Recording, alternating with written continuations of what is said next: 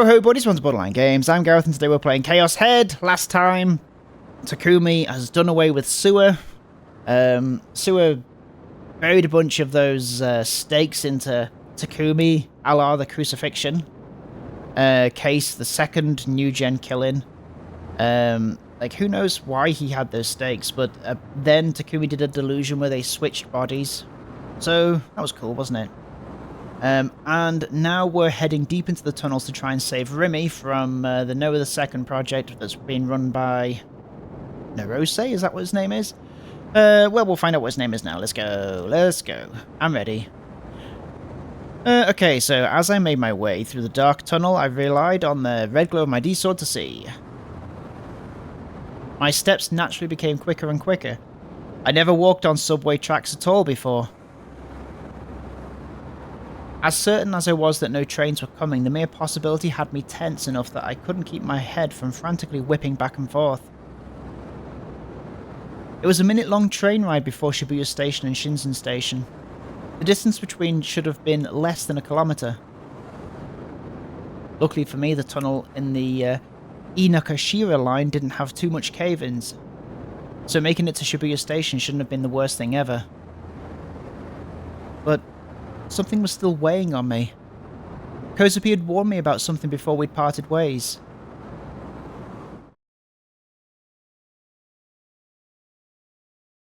Lots of oopy-goopy ploopy head consciousnesses are in the lying in waitses. Kozupi can't really help but be really careful, Takumi-chan. Oopy goopy ploopy head consciousnesses. Right. At the very least, I imagined I wasn't gonna like those. It's a very cute warning. Very charming warning. Cozy warning. I was starting to get second thoughts. Fear crept up on me and I started to feel incredibly alone. Making my way through a pitch-black tunnel all by myself. A tunnel in which something horrifying was apparently waiting for me. How could I not lose my nerve? Whispers in the back of my mind urged me to leave the tunnel this instant, to find a way to Shibuya Station on the surface. But I didn't have that kind of time to lose. So, in order to destroy any remaining fear I had, I thought of Remy's smiling face. I thrusted my D-sword forward to illuminate the tunnel ahead of me. Problem was, its red glow only made my feelings of anxiety and foreboding even worse. Suddenly, something felt off. I felt like I'd caught a glimpse of something strange. Strange enough to make my gaze dart all the way around to try and find it. 10 meters ahead of me on the track, a small shadow was jutting out. One that hadn't been there a second ago. I squinted. Actually, it wasn't a shadow at all. Standing about 20 meters tall, it was a Seira-tan figure. Haha. What the? Why would that be in a place like this? I was hit with a sense of whiplash. It was way too out of place. I was in a dim underground tunnel. One for train tracks that took people between stations. The general public didn't tend to go into tunnels themselves, especially this steep. I was right in the centre of them. And yet the figure was there anyway. And it was the post-awakening version too. My absolute favourite, though her chest was pretty busted up. Wait a second. Was that my figure? The one I dropped during the chaos at Scramble Crossing yesterday? If it was, then how the hell had she ended up here? She was standing perfectly upright too, with that bewitching smile of hers aimed straight at me. Sarah? How did you... So, that's how you see me, Taki. I heard a voice. The voice I always deluded was talking inside my head. Sarah's voice. Well, it's no real biggie to me. It happened in less than a second. Faster than I could even blink. Seira-tan, who should have been just a small figure, had instantly transformed into a life-sized model. Then her smooth, silky, sexy body began to bend and twist just like a real person's. Her hair rustled around and her huge tits jiggled. Was this a delusion? Come on, Taki, let's play! I heard another voice behind me. Whipping my head around in shock, I saw another life-size Seira-tan standing there. You're gonna keep your patootie well away from Rimichi. But it didn't end there, to my left and to my right. The amount of Seira-tans were slowly multiplying. They cascaded out from the darkness. Just the sight alone sent a slight chill down my spine. The number of Seira-tans had to be had to have been at least in the triple digits by now. Okay, over 100. Oh my god. Wanna do some real naughty stuff with me? 100 Seira-tans crowded around me and spoke in unison. That sounds like a fucking nightmare.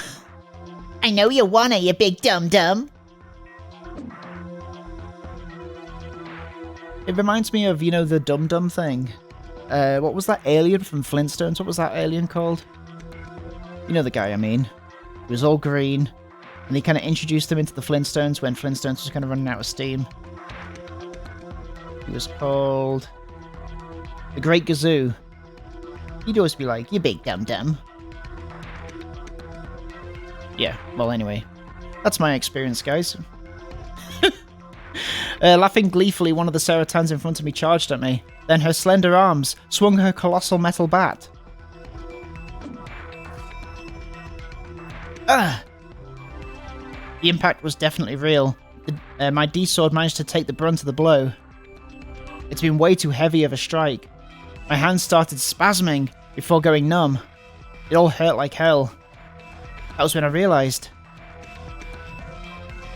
It was all really happening. It wasn't just some delusion, it was reality. They were real booted beings. And every single one of them was out for blood. If you won't play with me, then I'll blow you sky high. If you're really my waifu... Oh, hang on. If you're really my waifu, get out my way. Excuse me. Nopers! Fine. I'd have to brute force my way through. I retightened my grip on my D-sword. The fiery emblem on my D-sword's hilt began to burn. Even more red light began to emanate from the blade. Ah! I slashed through the sword. Tearing right through my waifu. The blade was weightless, smooth in how it handled. It drew whatever trajectory I wished it to. Ah! The blade bit into her shoulder, before running through her body in its entirety. Ah! There'd not been a shred of resistance when it came to rending her flesh and bones. It had hardly taken any strength from me at all. Sarah's glamorous body split in half at an angle. As her entrails piled out, she collapsed on the spot. Even her organs had been perfectly reproduced. They glittered and shone with a pink gleam. I averted my eyes. I'm sorry, Sarah. I was gutting my favourite character with my own two hands. As an otaku, this was the hardest thing I'd ever have to do. But still, I couldn't give up here. Wowie! So big and strong! That's my Taki! I love you so much when you get like this, Taki! You feel so good, but I want more! Play with me, Taki! I'm gonna mess you up so good! This is so much fun! Suddenly, each and every one of the Seiras started speaking independently of one another. The flood of voices threatened to swallow me whole. I have to quit thinking of them as Sarah. That was what I had to tell myself. and so in order to keep moving forward, I swung my sword at the Seras blocking my path. Out of the way! Rending the darkness, with a single horizontal strike, a red beam blazed across the tunnel. The four Seira-tans standing next to each other instantly turned into corpses. Tacky! Another one grabbed me from behind. She wrapped her arms around my neck in a chokehold, her large supple boobs pressed against my back. Get off me! Another Seira tried to mount my leg and I quickly punctured her in the face with my D-sword. I cleanly cut a molten hole. A cleanly cut molten hole formed where her smile had used to be. It was hard to breathe. My neck was being constricted. I was on the verge of suffocating. No more fooling around with the other girls! Another metal bat was coming right at me. I managed to writhe around enough to change positions, and now my back was facing it. Oh fuck. Ah! I felt Sarah's body shudder, and her grip on my neck weakened. Ah, I see, so he turned so that she would take the break. Okay, clever. You're gonna forget all about Rimichi! I shook her off my back. Then I whipped around and swiped with my D-sword. Ah! 3 pairs of Seira-tan's legs came at me. My next strike would sever them at the thighs. The 3 of them plunged into the ground in perfect harmony. I stepped on top of their backs. Oh, I love me a big strong man! Sarah started winding up her metal bat, and I swung my sword down on her.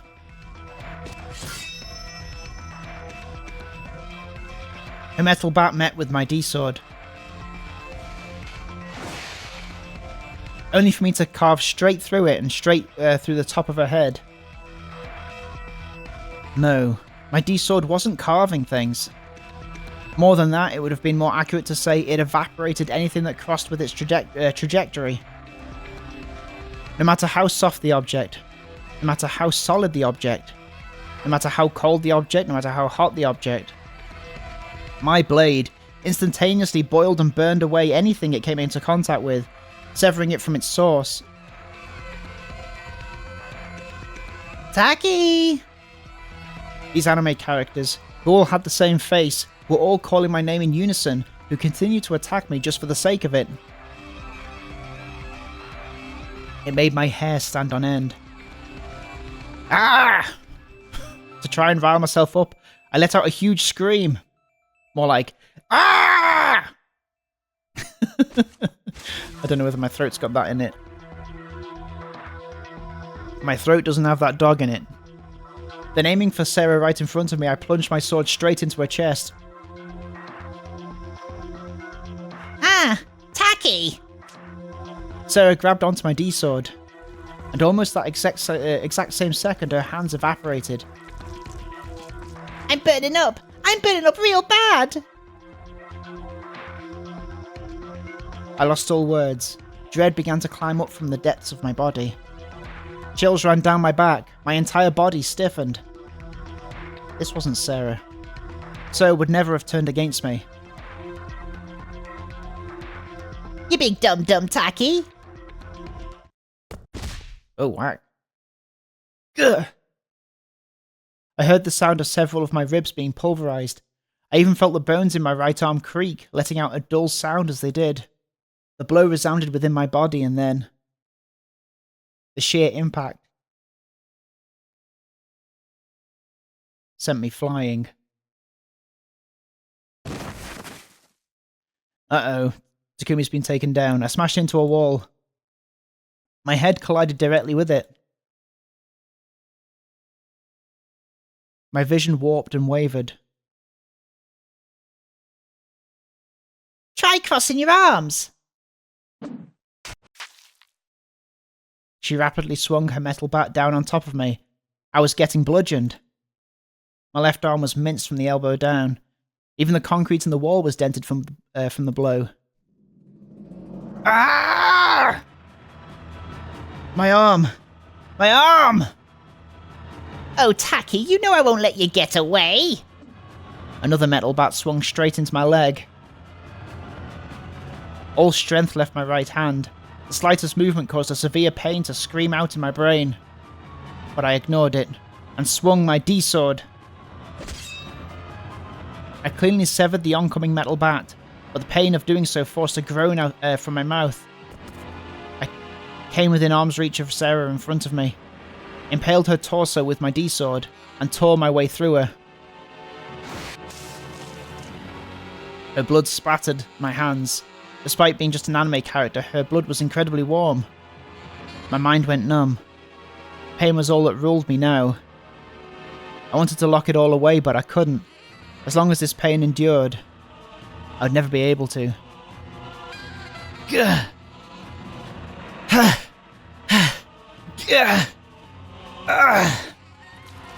Copious amounts of clotted blood gushed out of my flattened left hand.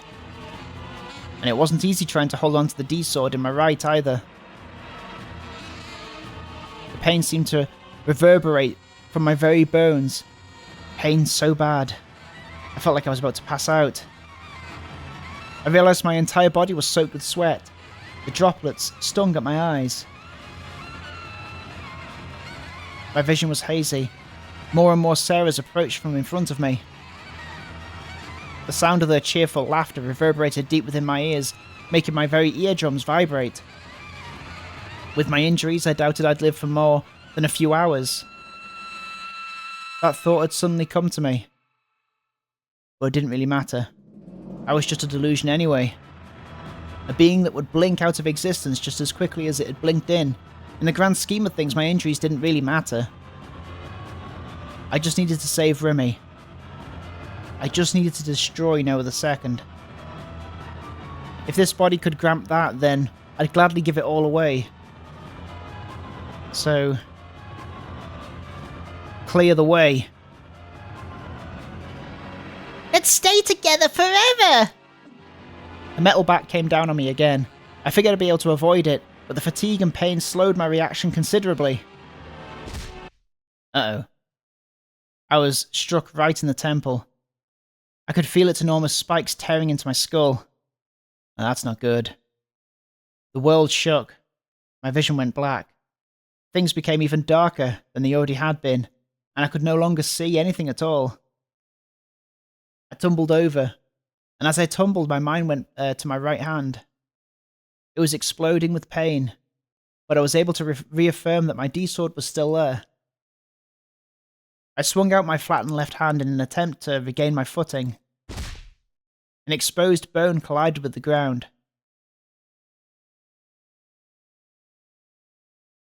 An impact akin to an electric shock ran through my entire body, causing me to black out for a second. But I regained consciousness soon after. Oh, there we go. My vision came back. I started to raise back up. The soles of my feet caught hold of the ground. Using the centrifugal force I'd been blown away with, I charged into the horde of Seiras and swung my right hand. Have we done it? My bones creaked. Freshly spilled blood burst out from the Seiras, the stench of blood refusing to leave my nostrils. Was it my blood? Sarah's blood? Who even knew? It all blended together. All I knew was that I was covered in blood, and that the coat of red staining me had made my vision go blurry.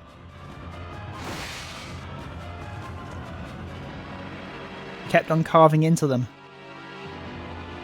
Who even knew just how many I'd cut down at that point?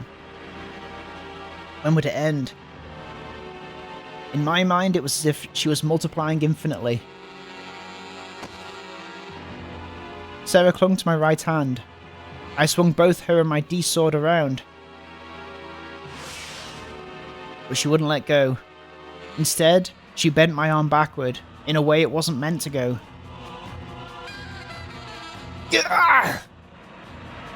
My joint came out of its socket. All strength left my arm. My D-sword hit the ground. Nausea welled up in my stomach. I coughed and spluttered violently. The taste of blood spread through my mouth. I was pretty sure my shattered ribs were puncturing my internal organs. Any and every kind of pain was eating away at my body. I felt like I was going to go insane. But I was holding out hope. I couldn't help but hold out hope. I wanted to be set free, but I knew very well how impossible that was. So, my hope was more wishful thinking than anything. You look really sweaty. Want me to wipe you down? With a big grin on her face, Sarah peered at my face, and I drove my foot into her jaw as hard as I could.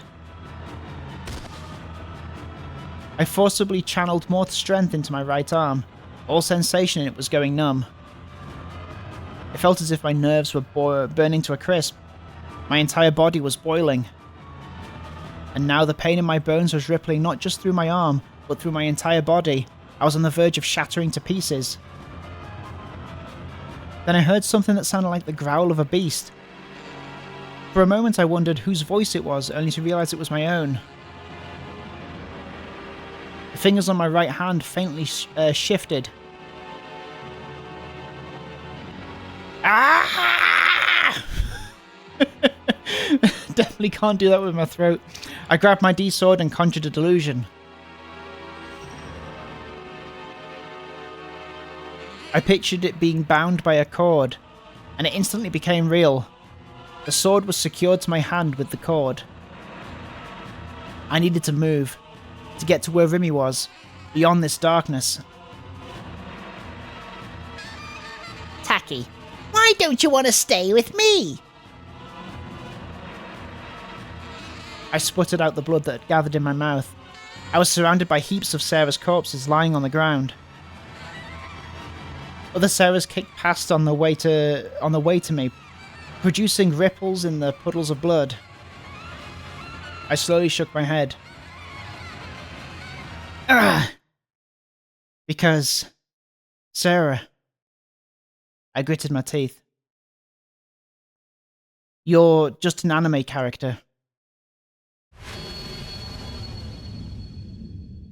The very next second, every single Sarah morphed into 2D. The ones who were standing became life-sized cardboard cutouts. The corpses lying on the floor became covers for body pillows. They'd all returned home, back to the realm of 2D. Not a single one of them had moved anymore. Not a single one of them moved anymore. Ashes to ashes, dust to dust. Don't worry, I'll see you again soon. In something of a moment of silence for the girls, I briefly hung my head over the wreckage. We have a moment of silence for the girls is a weird sentence. In the back of my mind, I was thinking that the gory, blood-stained Sarah body pillow covers definitely wouldn't sell well. I was on the brink of passing out, but I managed to stave it off by biting my lip hard. And then I started walking through the dark tunnel once again.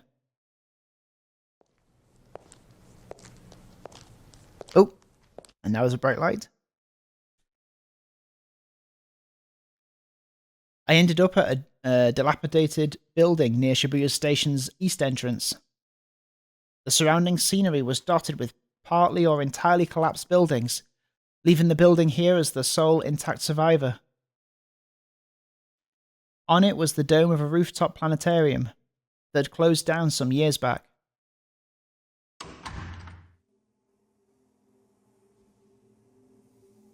Oh, there we go. That's Noah the Second, Noah 2. Wheezing my lungs out, I descended the deserted stairway to the top floor. I'd made my way through the unattended lobby into the planetarium before I took a breather in the gargantuan device, that had jumped into my sight. It was Noah the Second in all its majesty. Surrounded by a chilly air, robbing me of my warmth. A piece of art stood beside Noah the Second.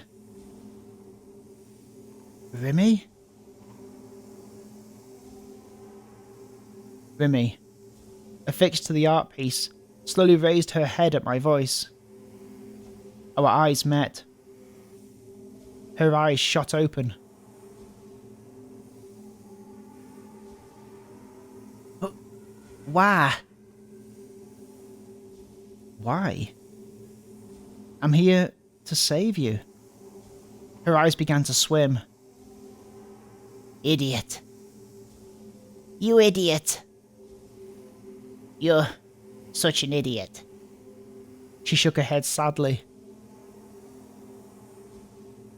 Getting yourself hurt so badly. Pushing yourself so hard. Even though I told you to wait for me. Why? Because I've fallen in love with you. I'm in love with you, Remy. But I couldn't say that out loud. So embarrassing, right? I couldn't say anything heroic like, I'm here to save you because I'm in love with you. Not with how I was. Not with me covered in blood and a completely flattened arm. I can't say I love you, look how flat my arm is. Men will say anything to excuse themselves expressing any kind of emotion, am I right? Am I right, girls? My current state was as far from Prince Charming as humanly possible. If I said something like that now, I'd probably look creepy as hell. That put me closer to a stalker than anything, really. If I spilled my guts to her in some speech that didn't let her get a word in, it would have just put her way off. She was going to live, and I was going to die. Having some dead man walking convey all his feelings on a whim would have left a horrible taste in her mouth. So, I bottled it all in. I want to give this back, Remy. My right hand was still weak. It was the hand I'd been using to hold my D-sword. Desperately forcing my fingers to move, I reached inside my jacket pocket and pulled out a handkerchief.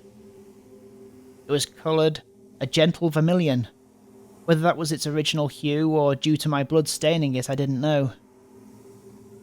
Remy had given it to me. Though its floral aroma had long since expired, that handkerchief was one of the several precious memories she'd given me. I'm gonna get you out of here. I'm gonna destroy Noah the Second. Or Noah 2. However we say it, that's what I'm gonna destroy. And I'm gonna give you back your handkerchief. That was all I was capable of doing. If I managed to achieve it all, I could die with no regrets. Besides, there wasn't much else I could do. In my mind, every sense of mine had gone numb a long time ago. I imagined that the reason for that was because the pain was so severe. My brain had no choice but to start blocking the sensations transmitted by whatever nerves were responsible. I could barely move. My arm continued to bleed. My vision was blurry. I was incredibly cold. I had a feeling that if I wasn't careful, I'd lose consciousness right there and then. Or then and there. Taku. Taku. My, you were quite the gallant one. A towering man emerged from behind Noah the Second, Narose Genichi. Facing me, he clapped sarcastically, with no clear expression on his face. There is, however, one fatal flaw present in your character. What calls you to action is rooted in bare emotion, something I would attribute far more to barbarism. Barbarism? Barbarism, rather than anything noble. I had no idea what he was getting at. It took everything I had just to bear with the pain, so aside from Remy, I didn't have any brain power left to try and comprehend what anyone was saying. Taku. Run away. Sacrificing the needs of the few for the needs of the many. Would you think that to be evil? I certainly would not myself. With the world on its current course, mankind will undoubtedly meet its end by way of their own desires. Their hearts are beyond repugnant. The world is inundated by an unfathomable count of excessively self-serving desires. The society of man has long since collapsed, left now to wallow in its own decay. Each person thinks only of themselves. Crimes such as theft or murder rob all form of agency, yet this is of no concern to the individual. If you too awakened as a gigalomaniac, then you must have seen it. The true nature of the hearts of men. I have seen it for decades, having awakened myself at a very young age. In the eyes of the Committee of 300, the continued progression of the worldwide human domestication project is all for the heroic aim of halting mankind's self-destruction. Yet even that pretext exists simply to stoke their own egos. What I seek is something else. And we'll find out what exactly Narose Yunichi, is that his name? Seeks next time on Borderline Games. Thank you so much for watching this episode of Chaos Head, and I'll see you next time. Have a good evening. Take care of yourselves. Bye bye. Bye bye bye bye bye bye bye.